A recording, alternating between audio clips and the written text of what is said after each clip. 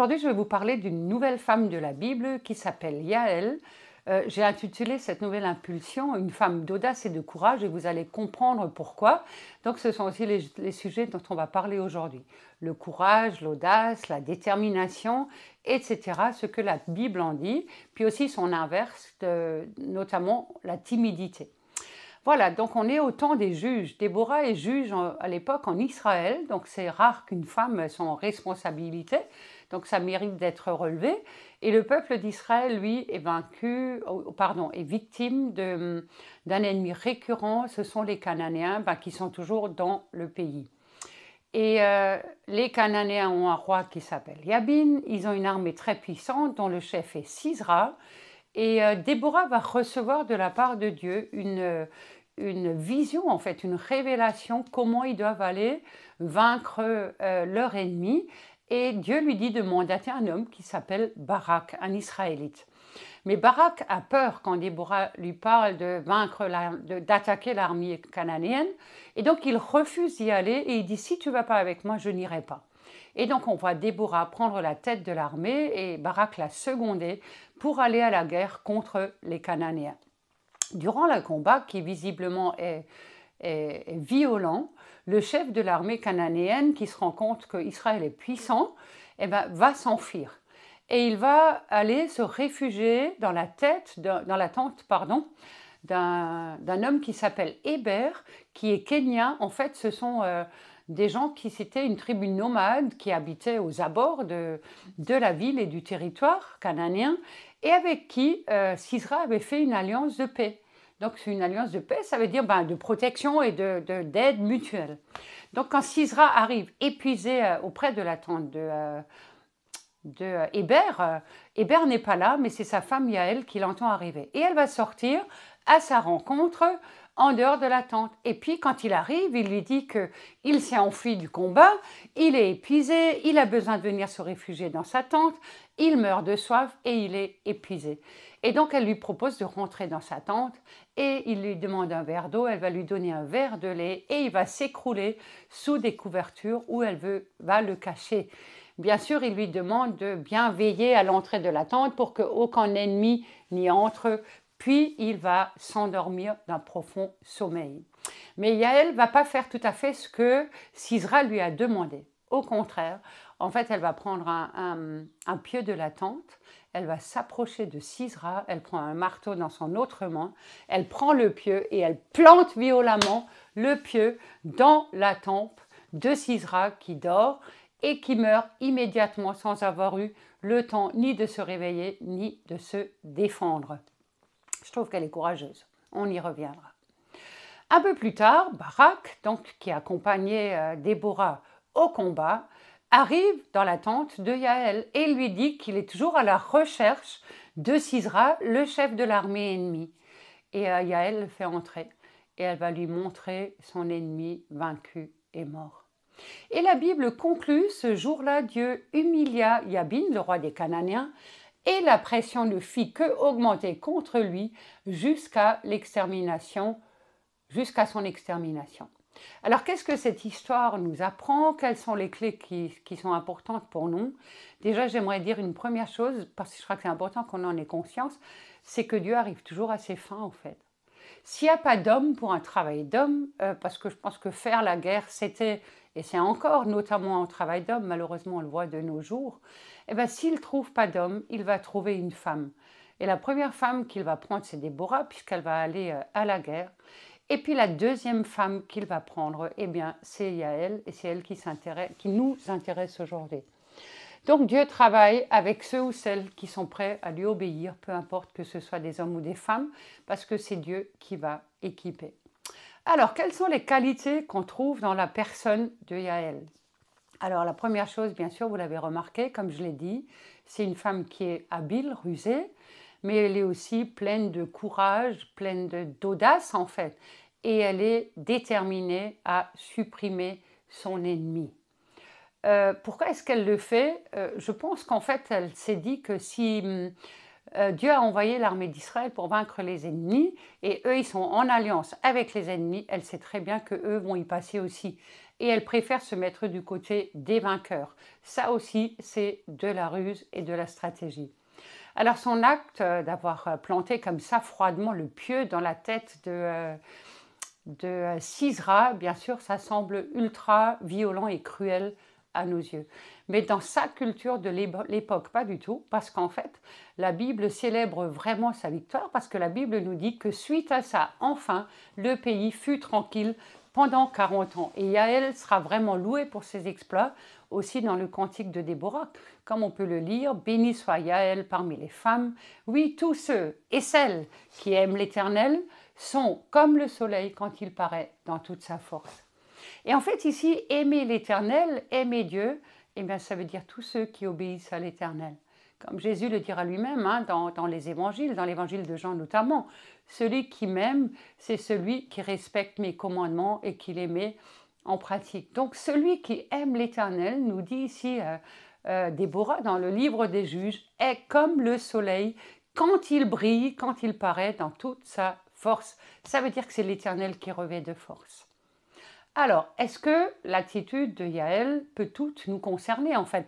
Ou est-ce que peut-être vous pensez que c'est plutôt réservé à quelques personnes précises et un peu exceptionnelles? Eh bien, je ne crois pas. Je ne crois pas parce que je crois que Yaël, c'est un petit peu un prototype pour nous, un modèle de femme, de ce que Dieu a mis dans chaque femme, dans toutes les femmes que nous sommes. Peut-être certaines d'entre vous, vous m'avez déjà entendu parler de ça, j'appelle ça le ministère du talon aiguille et vous allez comprendre pourquoi. Je vous emmène dans la Genèse pour le comprendre. Vous vous souvenez qu'on nous raconte que Adam et Ève avaient péché contre Dieu parce qu'ils avaient désobéi, ils avaient suivi ce que le serpent leur avait dit. Et donc, bien sûr, Dieu va prononcer des malédictions contre eux avant de les chasser du jardin. Mais ce n'est pas que des malédictions. Ce que Dieu va faire, en fait, c'est qu'il va aussi les équiper. Alors, je vais parler que de Ève et donc forcément aussi du serpent, parce que sinon, ça serait trop long. Alors, le serpent, lui, vous savez qu'il est maudit et condamné par Dieu à ramper au sol et à se nourrir de la poussière de la terre. Et Dieu lui dit quelque chose de très fort. Dieu lui dit, je vais mettre entre toi et la femme l'inimitié, c'est-à-dire une haine profonde entre toi et la femme, entre ta descendance et sa descendance. Elle t'écrasera le talon et elle t'écrasera la tête, et tu lui mordras le talon. Alors on sait tous que la descendance de la femme, bien sûr, c'est Jésus. C'est déjà une prophétie de la venue de Jésus qui va écraser la tête de l'ennemi définitivement à la croix. Mais ce qui nous concerne, c'est que nous sommes appelés et invités à la suite de Jésus d'en faire de même, même s'il a déjà tout accompli. Et j'aime beaucoup la similitude entre l'histoire de Yaël et ce qui se passe dans le jardin d'Éden, ce que Dieu dit. L'ennemi de Yaël, Sisera, est couché au sol comme le serpent. Il est naïf, il dort, il n'a pas soupçonné le danger, il n'a pas soupçonné non plus, il n'a pas conscience en fait du potentiel qui se trouve dans cette femme. Je trouve qu'il n'est pas très prudent. Et en fait, elle va lui écraser et même lui défoncer la tête avec ce pieu. C'est ça, mes amis, le ministère du talon aiguille. Je crois que la question, c'est en fait, est-ce qu'on sait que Dieu il a mis ce potentiel-là aussi en chacune de nous? Parce que c'est vraiment important de réaliser que à la suite de Christ, nous sommes appelés à vaincre pour que les œuvres des ténèbres reculent dans le monde et autour de nous.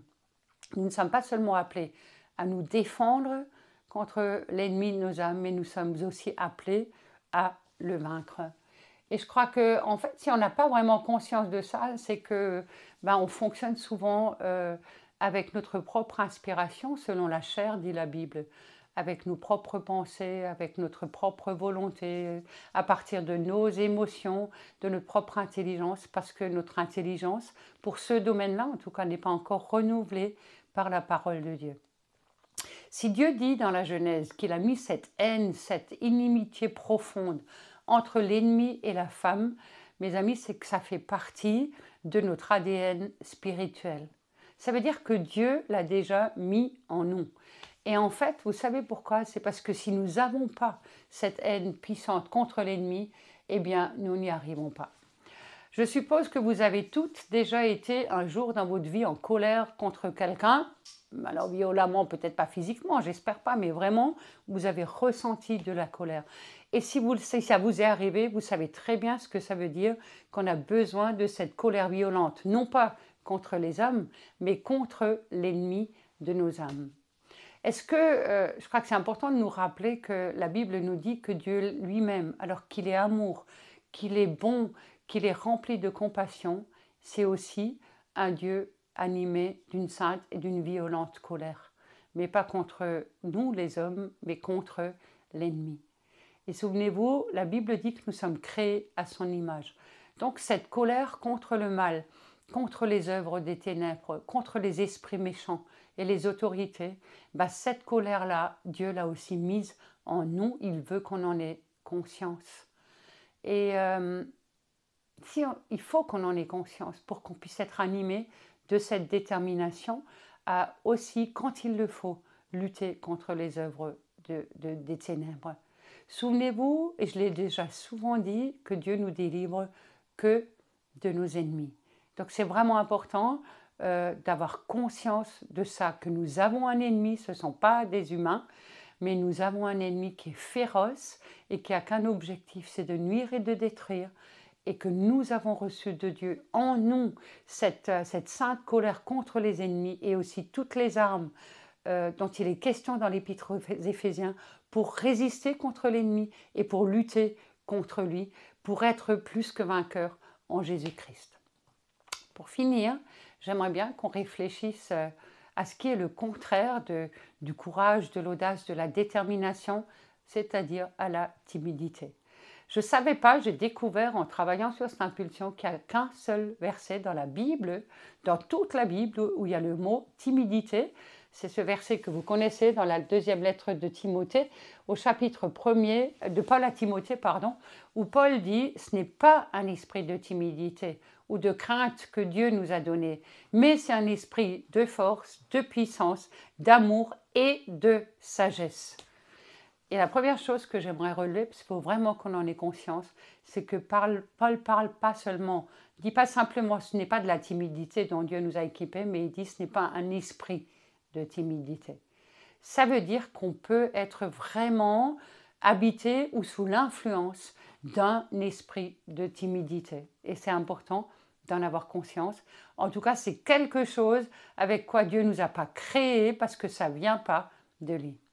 Alors, qu'est-ce que c'est la timidité? En fait, c'est une forme de crainte profonde, c'est de la peur, c'est quelque chose qui nous emmène dans la déstabilisation, qui génère en nous une insécurité profonde.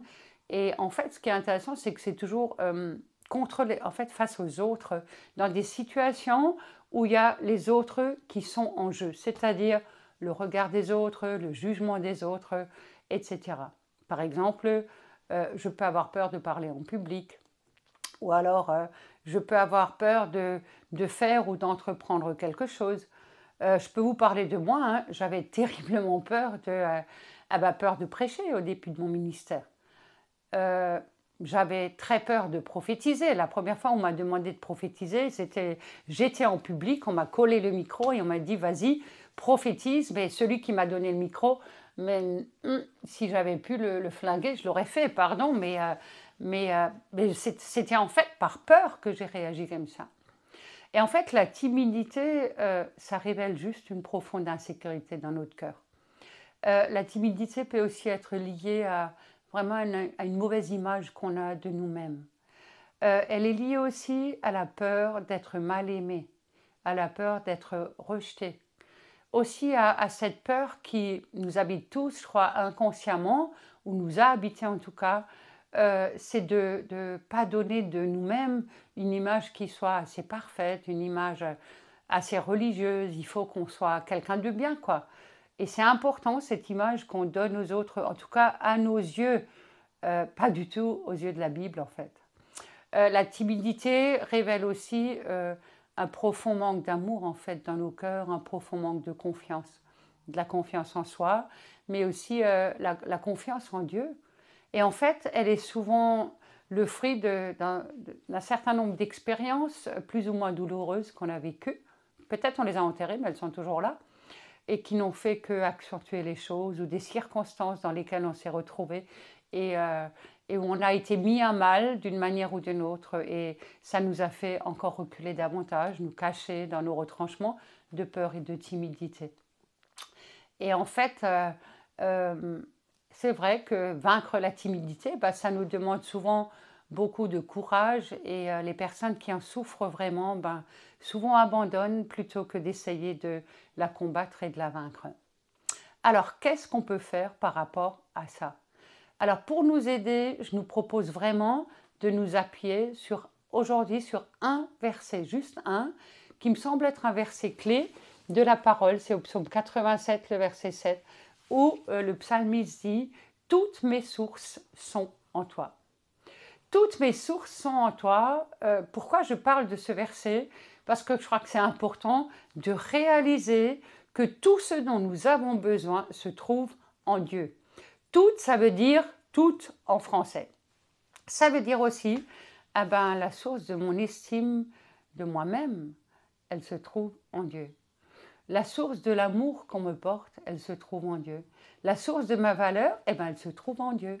Et en fait, qu'est-ce qui se passe? C'est que dès que j'essaye de puiser à d'autres sources, eh bien, je mets moi-même en danger, je deviens vulnérable, je me mets en situation d'insécurité, mais parce que je me rends dépendante de ce que les autres vont dire ou vont penser de moi. Alors qu'en fait, la seule chose, d'après ce verset, d'après ce que la Bible dit, c'est que nous devrions juste compter sur Dieu. Puisque nos sources sont en lui, ça veut dire que c'est la seule chose qui devrait être importante pour nous, à savoir qu'est-ce que Dieu pense de moi.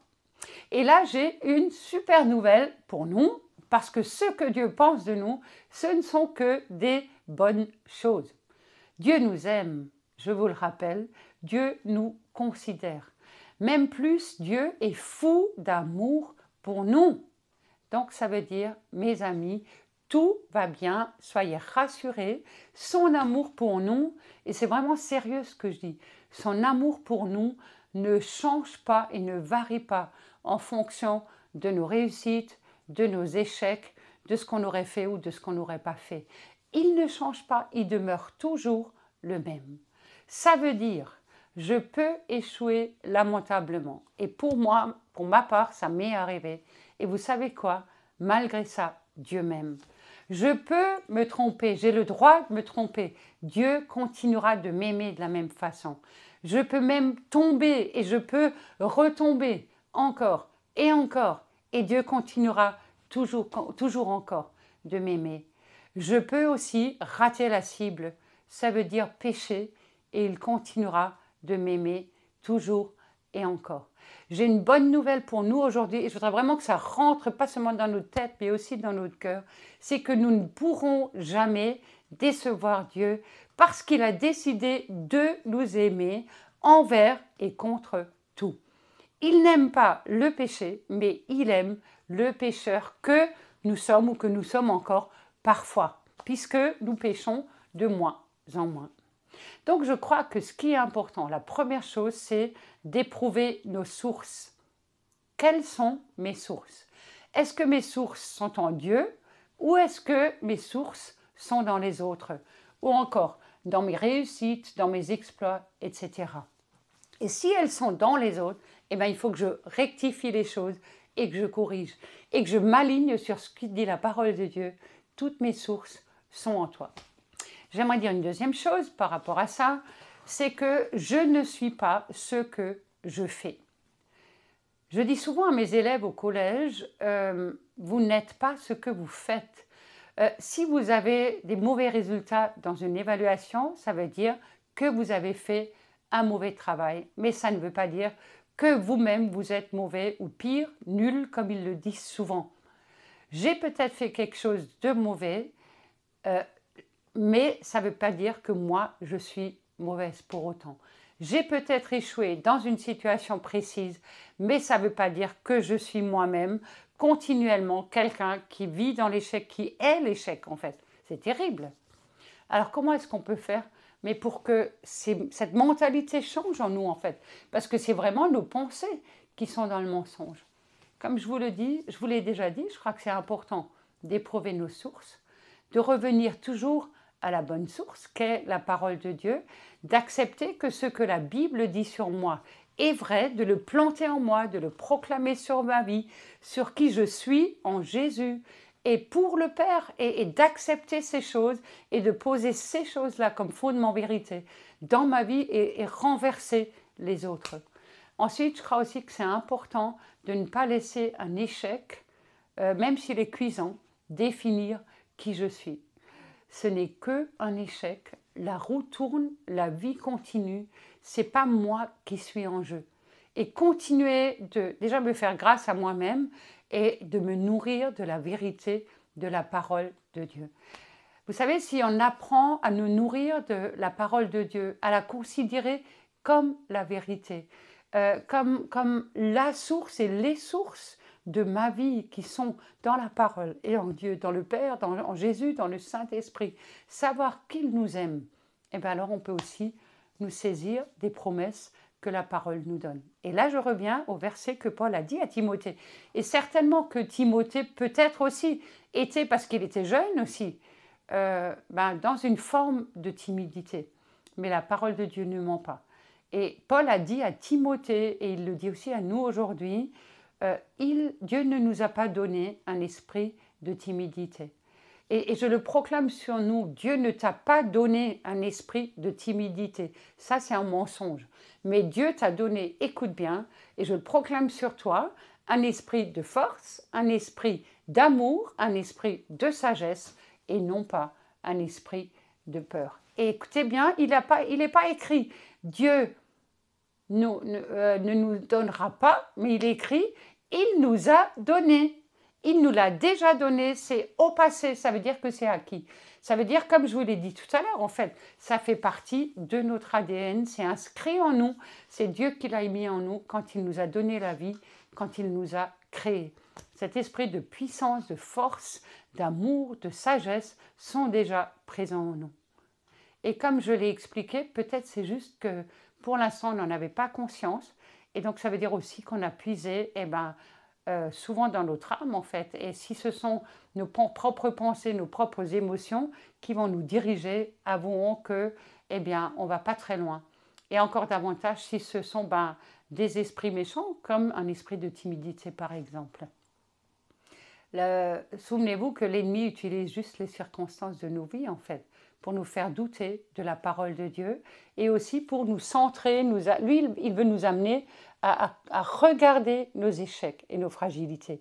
Dieu veut nous amener à sortir de là et à lever les yeux vers sa parole et vers ce que lui nous dit.